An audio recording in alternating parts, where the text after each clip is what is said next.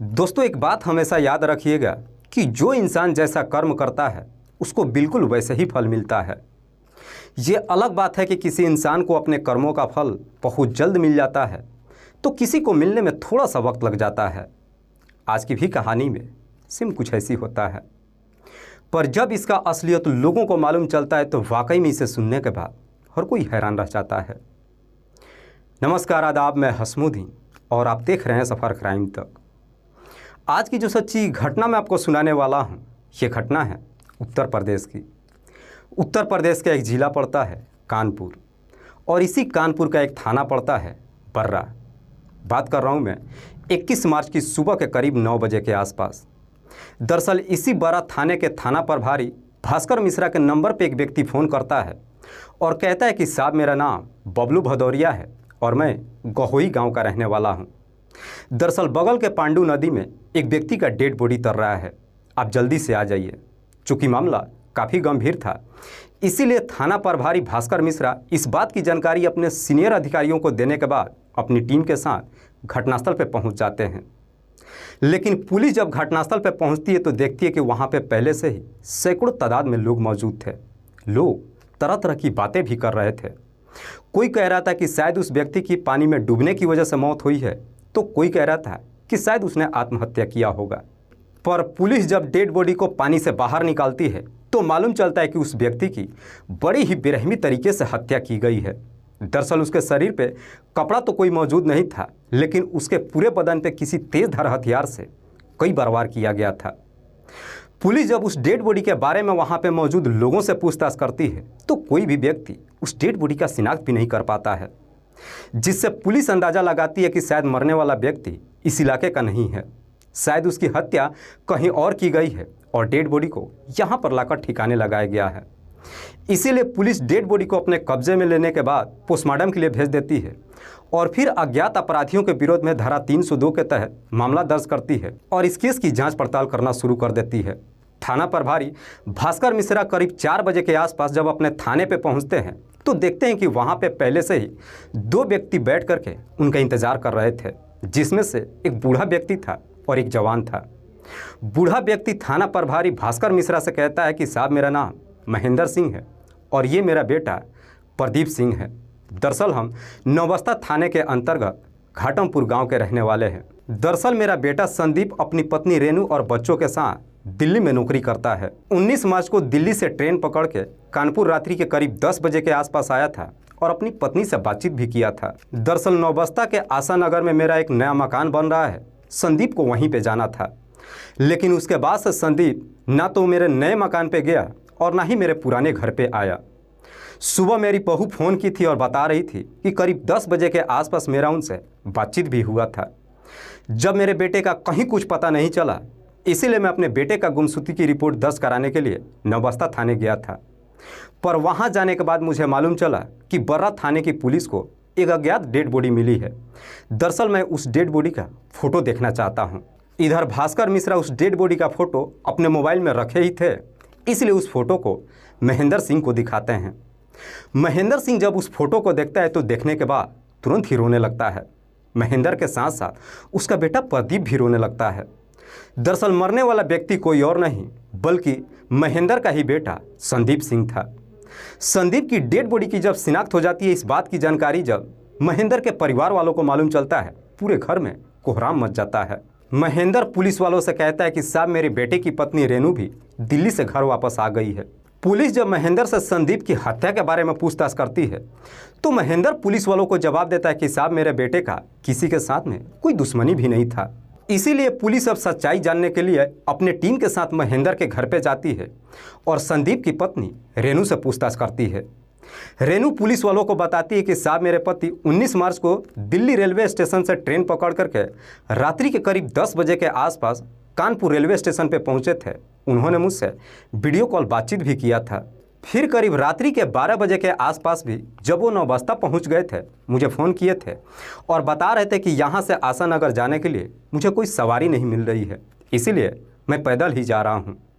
दरअसल रेनू पुलिस वालों से कहते हैं कि हो सकता है कि मेरे पति की हत्या लूट के इरादे से की गई होगी, क्योंकि संदीप के पास 25,000 रुपया कैश के अलावा गले में एक सोने का चैन, 2 अंगूठी और एक महंगा मोबाइल भी था।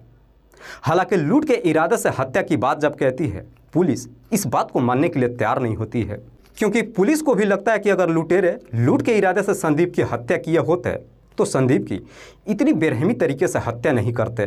पुलिस अब अपराधियों तक पहुंचने के लिए सबसे पहले संदीप के मोबाइल नंबर का कॉल डिटेल्स निकालती है। डिटेल्स को जब चेक करती है तो मालूम चलता है कि 20 मार्च को रात्रि के वक्त जब संदीप कानपुर रेलवे स्टेशन पर पहुंचा था, अपनी पत्नी से तो बातचीत किया ही था, साथ ही साथ एक और भी नंबर पर बातचीत किया था। पुलिस जब उस नंबर का डिटेल्स निकालती है तो मालूम चलता है कि वो नंबर किसी नेहा सिंह के नाम पर रजिस्टर्ड है।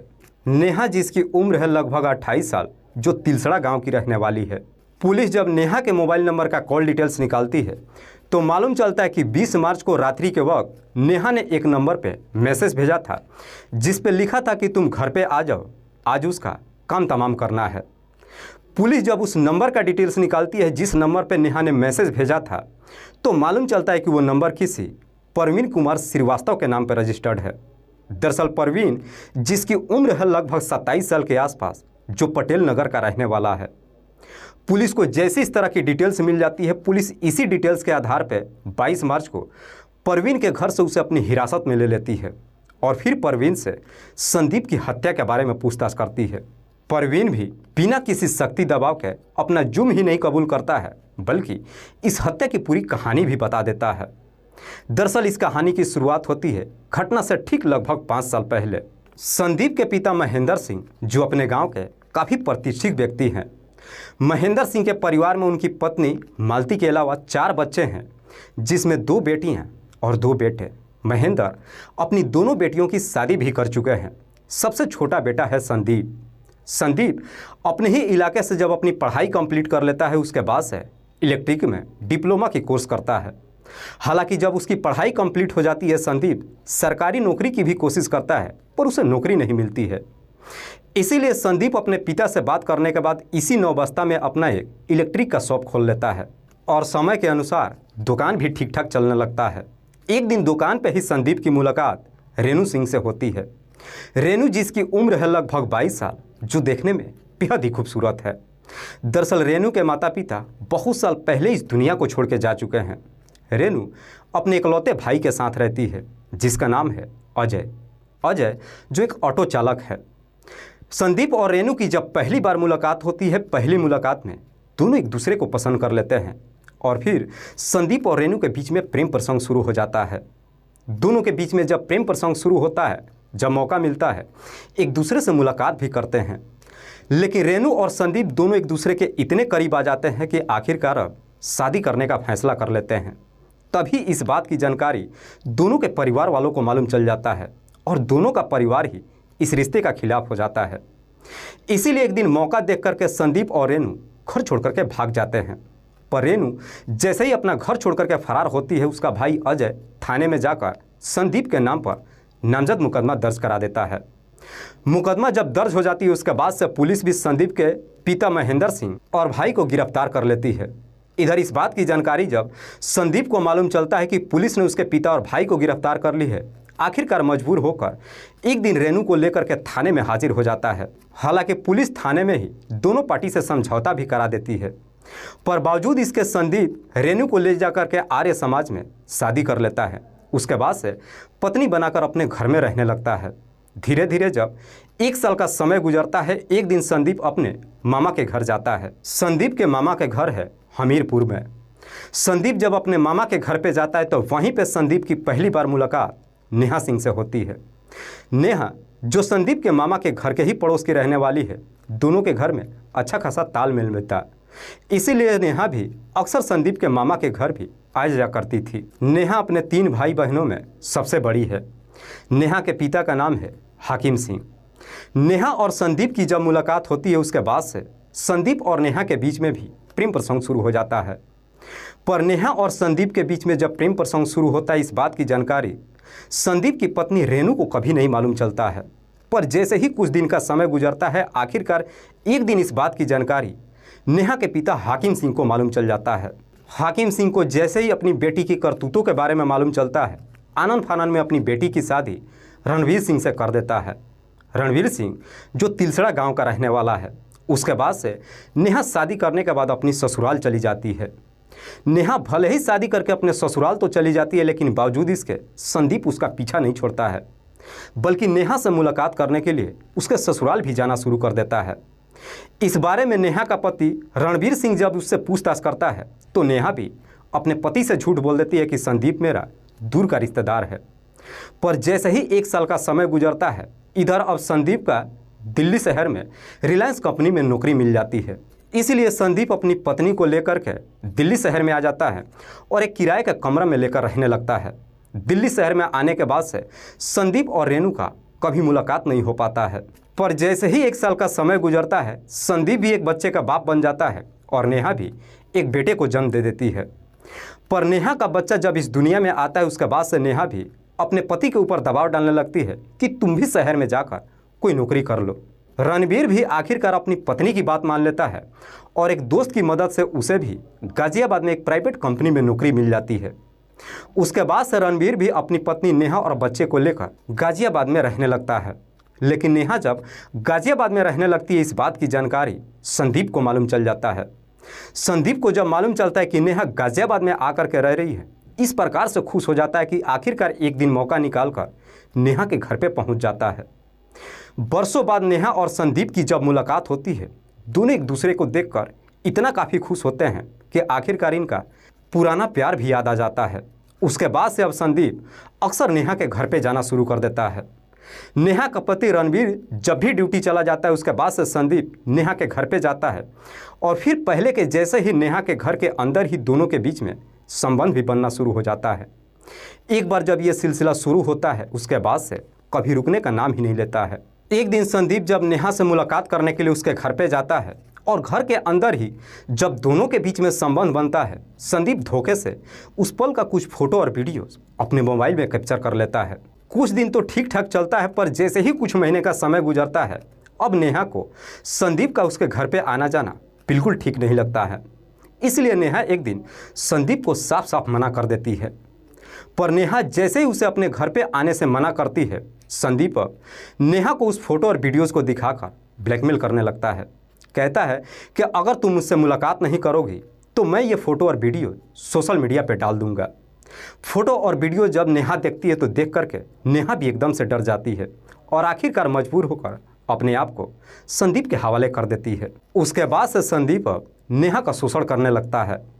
पर जैसे ही 3 साल का और समय गुजरता है, इधर रणवीर का अब गाजियाबाद से नौकरी चली जाती है।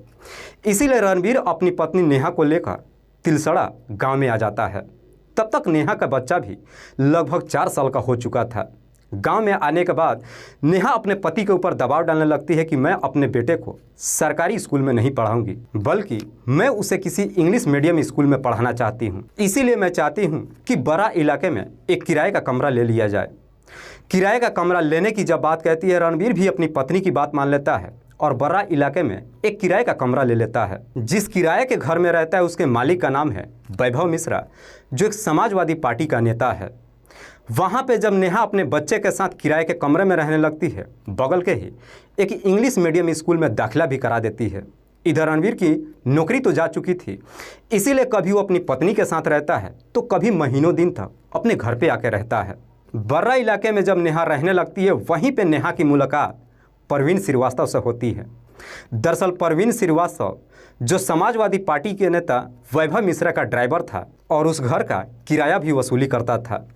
इसी दरमियान जब परवीन और नेहा के बीच में मुलाकात होती है, दोनों के बीच में प्रेम प्रसंग शुरू हो जाता है। नेहा का जब परवीन के साथ में प्रेम प्रसंग शुरू होता है, इस बात की जानकारी उसके पति रणवीर को भी नहीं मालूम चलता है। पर नेहा जब नौबस्ता इलाके में रहने लगती है, इस बात की जानकारी फिर से संदीप को मालूम चल जाता है। दरअसल नौबस्ता के ही आशा नगर में संदीप का अपना एक नया मकान बन रहा था। मार्च महीने में संदीप जब अपनी पत्नी के साथ दिल्ली से चल करके कानपुर अपने घर पे आता है, नेहा के नंबर पे फ़ोन करता है और उससे मिलने के लिए कहता है, लेकिन नेहा संदीप से मिलने के लिए तैयार नहीं होती है। इसीलिए संदीप फिर से नेहा को उसी फ़ोटो और वीडियोज़ का हवाला देकर उसे ब्लैकमेल करने लगता है। नेहा यहाँ भी मजबूर हो जाती है और संदीप से मिलने के लिए तैयार हो जाती है। संदीप आकर नेहा से मुलाकात तो करता है, लेकिन साथ ही साथ उसे भद्दी भद्दी गालियां भी देने लगता है। जब नेहा इसका विरोध करती है तो संदीप नेहा की बुरी तरीके से पिटाई भी कर देता है। हालांकि बावजूद इसके संदीप नेहा से मुलाकात तो करता है, लेकिन मुलाकात करने के बाद जब वापस अपने घर जाता है फिर से अपनी पत्नी और बच्चों को लेकर दिल्ली शहर में चला जाता है। लेकिन संदीप जब नेहा की पिटाई करता है, पिटाई खाने के बाद नेहा भी एकदम से नागिन बन जाती है। दरअसल नेहा अब संदीप को हमेशा के लिए इस दुनिया से ही हटाने का तय कर देती है। नेहा संदीप को इस दुनिया से हटाने के लिए जब अपने नए प्रेमी परवीन से बातचीत करती है, परवीन इसके लिए तैयार नहीं होता है। लेकिन नेहा परवीन के ऊपर भी दबाव डालने लगती है कि अगर तुम मेरा साथ नहीं दोगे तो आज के बाद से तुम्हें मुझसे मिलने की कोई ज़रूरत नहीं है। दरअसल परवीन भी जो नेहा के बगैर नहीं रह सकता था, इसीलिए परवीन अब नेहा का साथ देने के लिए तैयार हो जाता है। 19 मार्च को संदीप जब फिर से कुछ दिन के लिए दिल्ली से चलकर अपने घर के लिए रवाना होता है, नेहा के नंबर पर फ़ोन करता है और कहता है कि मैं अपने घर घाटमपुर नहीं जाऊंगा, बल्कि नौबस्ता के आशानगर के नए मकान पे आ रहा हूं। इसीलिए मैं चाहता हूं कि तुम वहां पे आकर के मुलाकात करो। लेकिन नेहा उसे जवाब देते हुए कहती है कि दरअसल मेरे बेटे का एग्ज़ाम हो चुका है, इसीलिए मैं अपने बेटे के साथ ससुराल में आ गई हूँ, मैं तुमसे नहीं मिल सकती हूँ। मिलने से जब इनकार करती है, संदीप भी इस प्रकार से गुस्से में आ जाता है कि जो उसका आपत्तिजनक फ़ोटो और वीडियोज अपने मोबाइल में कैप्चर किया हुआ था, उस फोटो को नेहा के मौसेरे भाई के मोबाइल पर सेंड कर देता है। इस बात की जानकारी जब नेहा को मालूम चलता है, आखिरकार नेहा मजबूर होकर संदीप से मिलने के लिए तैयार हो जाती है। इधर संदीप 19 मार्च को दिल्ली से ट्रेन पकड़कर कानपुर के लिए रवाना तो होता है, लेकिन उसी रात को नेहा परवीन के नंबर पर एक मैसेज करती है कि संदीप आ रहा है, आज उसे उल्टा करना है, रात को मेरे घर पे आ जाओ।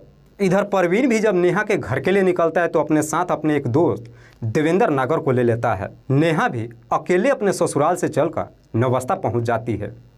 इधर 20 मार्च को रात्रि के करीब 10 बजे के आसपास संदीप जब कानपुर रेलवे स्टेशन पर पहुंचता है तो अपनी पत्नी रेनू से भी बातचीत करता है। 12 बजे के आसपास जब वो नौबस्ता में पहुंचता है तो अपनी पत्नी से कहता है कि आशानगर जाने के लिए मुझे सवारी नहीं मिल रही है, इसीलिए मैं पैदल जा रहा हूँ। इतनी सी बात कहने के बाद संदीप वहाँ से अपने नए मकान पे नहीं जाता है, बल्कि नेहा के घर पे पहुँच जाता है।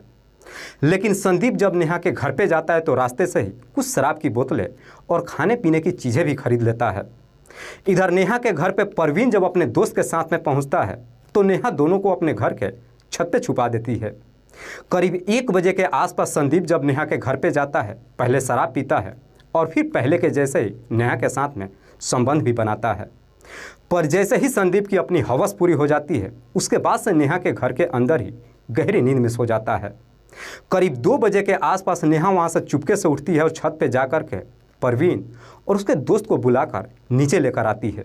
जब तीनों ही कमरे के अंदर पहुँचते हैं, सोते वक्त ही संदीप की गला दबाकर हत्या कर देते हैं। संदीप की जब मौत हो जाती है उसके बाद से नेहा संदीप का 25,000 रुपया, गले का चेन, सोने की 2 अंगूठियाँ और उसका मोबाइल भी बंद करके अपने पास रख लेती है और संदीप की डेड बॉडी को एक चादर में लपेट देती है। करीब 3 बजे के आसपास परवीन वहाँ से अपने मालिक वैभव मिश्रा के पास जाता है और जाकर अपने मालिक से झूठ बोलता है कि दरअसल मेरी बहन की काफ़ी तबीयत खराब है, इसीलिए मुझे गाड़ी की चाबी चाहिए। लेकिन वैभव मिश्रा चाबी देने के लिए तैयार नहीं होता है। पर वैभव मिश्रा की पत्नी जब उसके ऊपर दबाव देती है, आखिरकार मजबूर होकर परवीन को चाबी दे देता है। उसके बाद से परवीन अपने मालिक की कार लेकर करीब रात्रि के 3 बजे के आसपास नेहा के घर पे जाता है और उस डेड बॉडी को उसी कार में लोड कर लेते हैं और तीनों मिलकर के डेड बॉडी को लेकर के पांडु पुल पे जाते हैं और पुल से ही संदीप की डेड बॉडी को पानी में फेंक देते हैं। उसके बाद से सब के सब वापस अपने घर चले आते हैं। वाकई में परवीन जब ये पूरी कहानी पुलिस को बताता है तो पुलिस परवीन के ही तहरीर पे उसकी प्रेमिका नेहा और उसके दोस्त संजय, इन दोनों को भी गिरफ्तार करके लाती है। फिलहाल पुलिस ने इन तीनों आरोपियों को गिरफ्तार करने के बाद अगले दिन इन्हें जिला अदालत में पेश करती है, जहां से इन तीनों को जेल भेज दिया जाता है। दोस्तों, इस पूरी घटना के बारे में आप क्या सोचते हैं? आप अपनी राय हमें कमेंट बॉक्स में ज़रूर दीजिएगा। जाते जाते मैं आपको बता दूं कि कुछ मेरे व्यूअर्स हैं जो रोज़ाना मेरे इस वीडियो को देखते ही नहीं हैं, बल्कि अपना कीमती समय निकाल कर मुझे अपना प्यार भी देते हैं, जिनमें से एक का नाम है अनुराग अग्निहोत्री। अनुराग अग्निहोत्री जो फर्रुखाबाद उत्तर प्रदेश के रहने वाले हैं। दूसरे मेरे व्यूअर हैं मोहम्मद जफ़र खान। मोहम्मद जफ़र खान जो किशनगंज उत्तर प्रदेश के रहने वाले तो हैं, लेकिन लुधियाना में रह कर के नौकरी करते हैं और वहीं से मेरी इस वीडियो को देखते हैं। तीसरे मेरे व्यूअर हैं मंटू कुमार शाह। मंटू कुमार शाह जो जिला खगड़िया बिहार प्रदेश के रहने वाले हैं। चौथे मेरे व्यूअर हैं अफजल खान। अफजल खान जो अहमदाबाद के रहने वाले हैं। लास्ट मेरे व्यूअर हैं नरेश कुमार। नरेश कुमार जो दुबई में रह कर के नौकरी करते हैं और वहीं से मेरी इस वीडियो को देखते हैं। मैं तमाम व्यूअर्स को तहे दिल से शुक्रिया अदा करता हूं। कल फिर मिलते हैं एक और नई सच्ची घटना के साथ। तब तक के लिए जय हिंद, जय भारत।